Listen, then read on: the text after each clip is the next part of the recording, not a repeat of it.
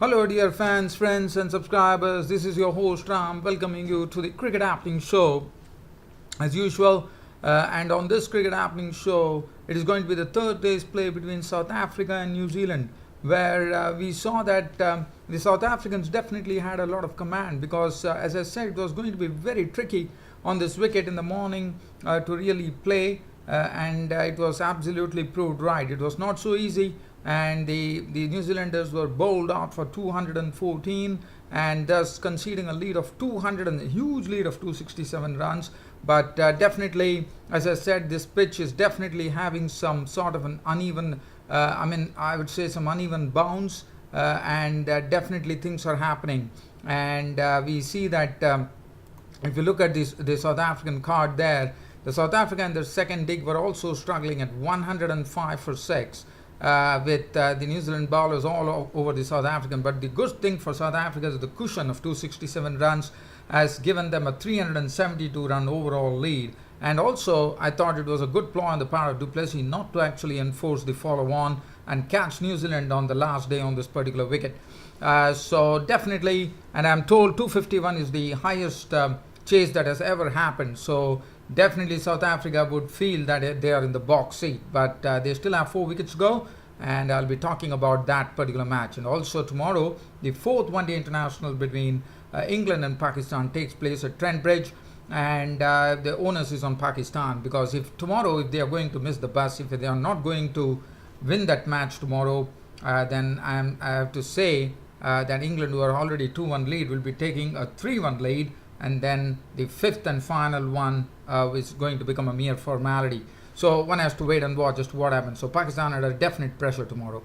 So let's first head on towards the third day's play here at the Centurion Supersport Park in Centurion, where New Zealand resumed at their overnight score with Kane Williamson, Henry Nicholls at the crease.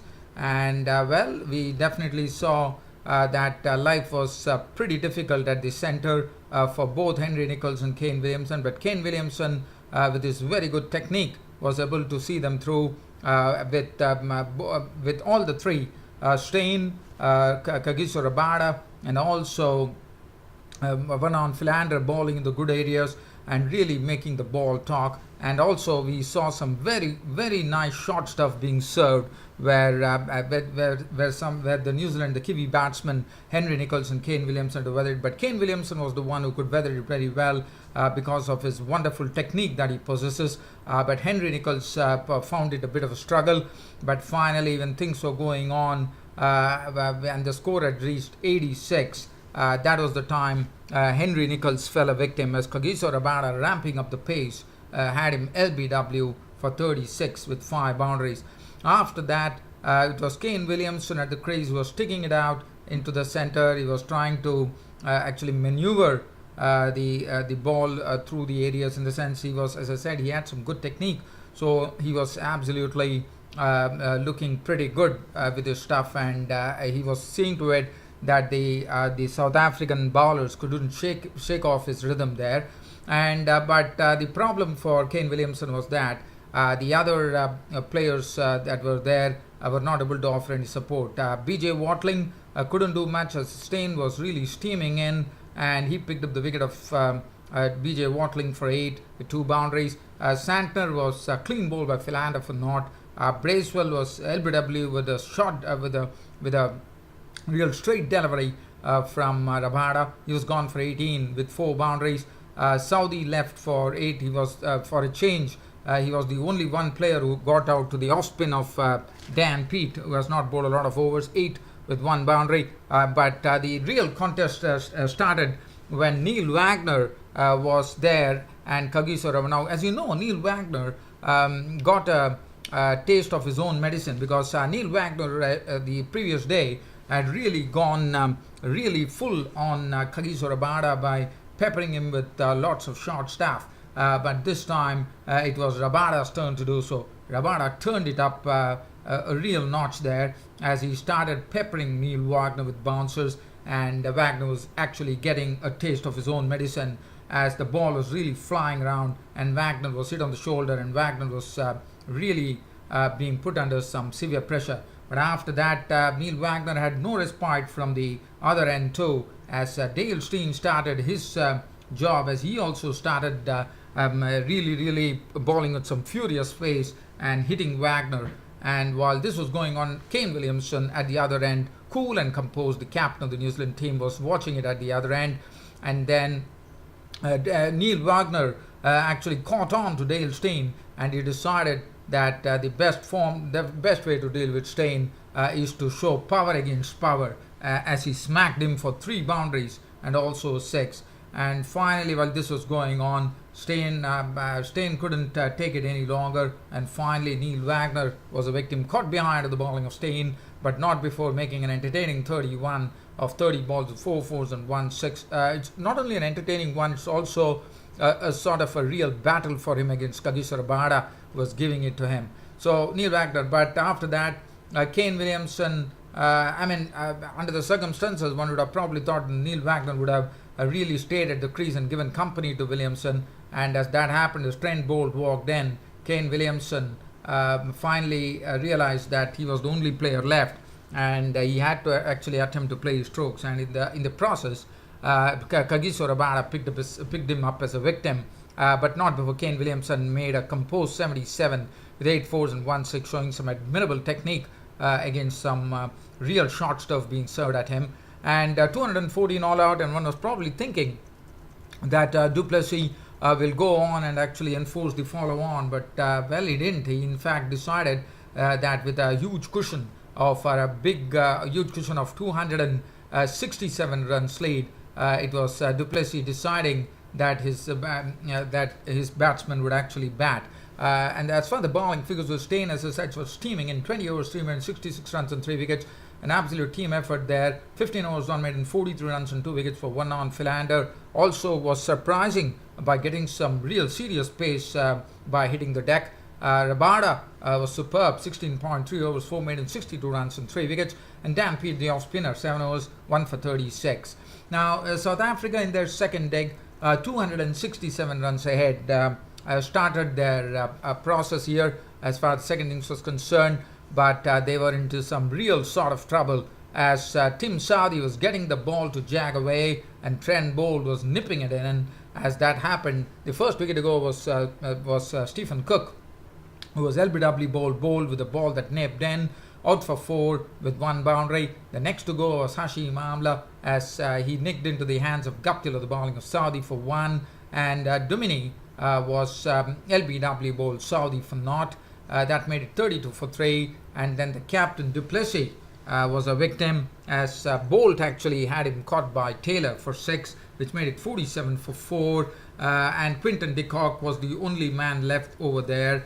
And from 47, when du Plessis, the captain, fell, Quinton de Kock realized that there was no point pottering around with all the wickets falling. He decided that attack is the best form of defense, as he started unveiling his strokes in a very nice manner, as Quinton de Kock really started taking the attack right down to the Kiwi camp there, as he slammed 50 with 8 fours and 1 6, and finally after playing a quick knock there of 50, he departed when Bracewell actually picked up his wicket by getting him caught by Williamson, which made it 82 for 5.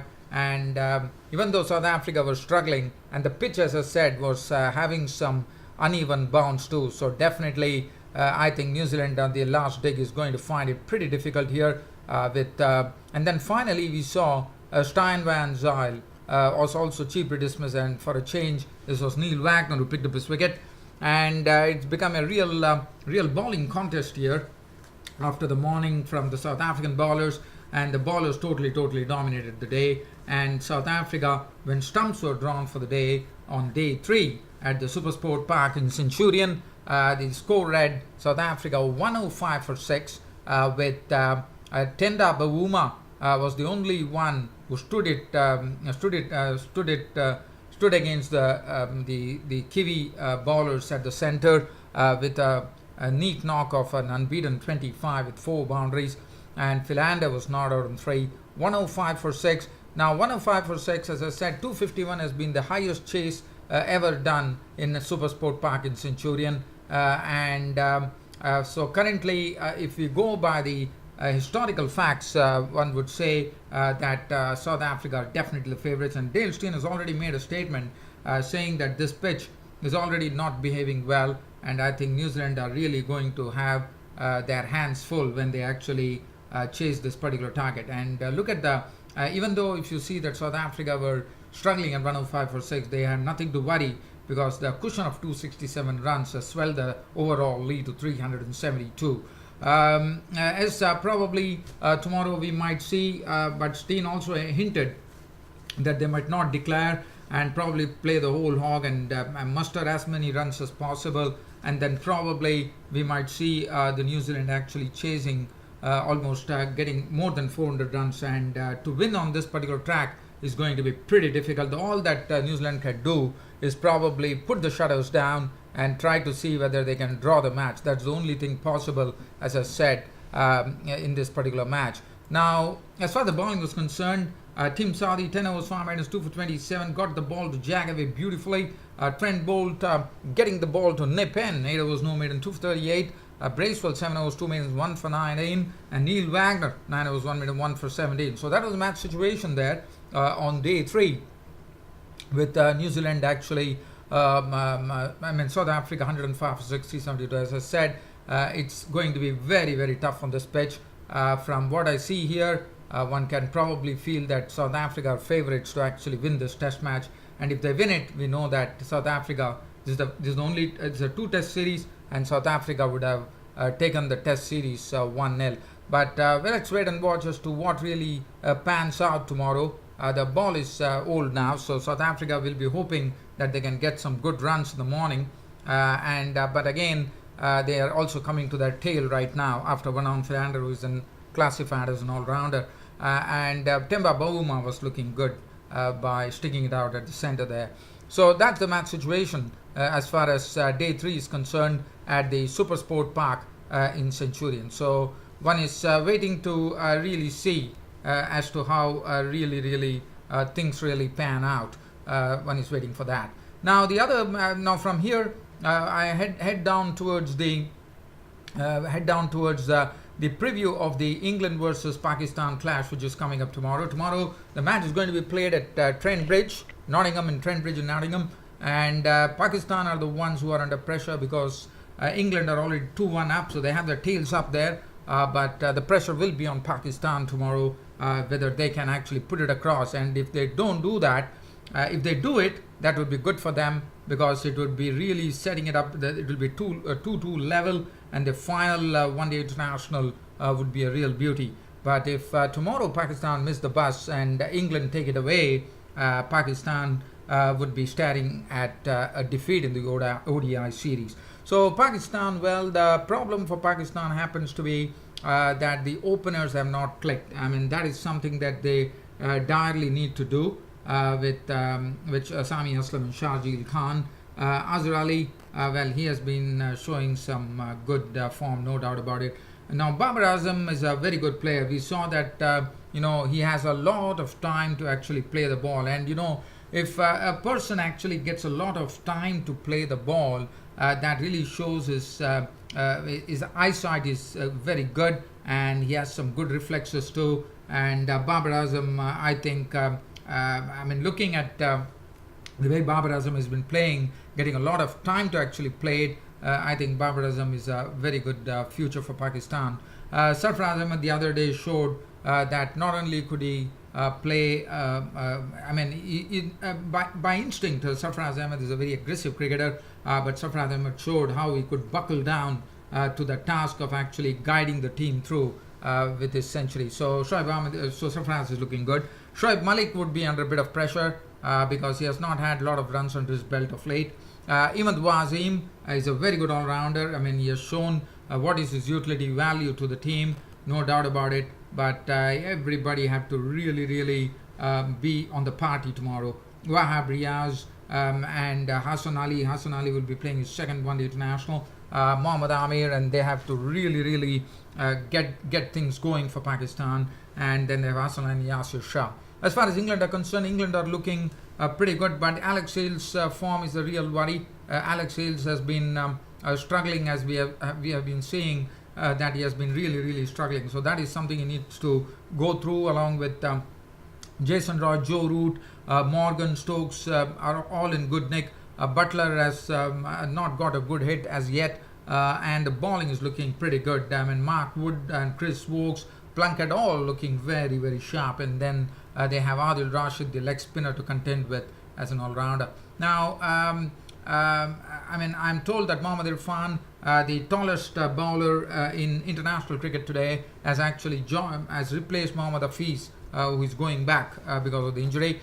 And so, all in all, as I said, the pressure is right there on Pakistan tomorrow. But it's England. If England win, they take the ODI series, and if Pakistan can win it, that would be great for the ODI series, as it will really set up a fitting finale in the final one-day international that's coming up. Well, dear fan subscribers, it has been a real pleasure bringing you this cricket broadcast today on my Cricket Happenings here. Hope you all enjoyed it, and there's more to come tomorrow with all those match reports and summaries. Till such time, I see you, dear friends and subscribers. This is your host Ram taking leave for the day. Thank you.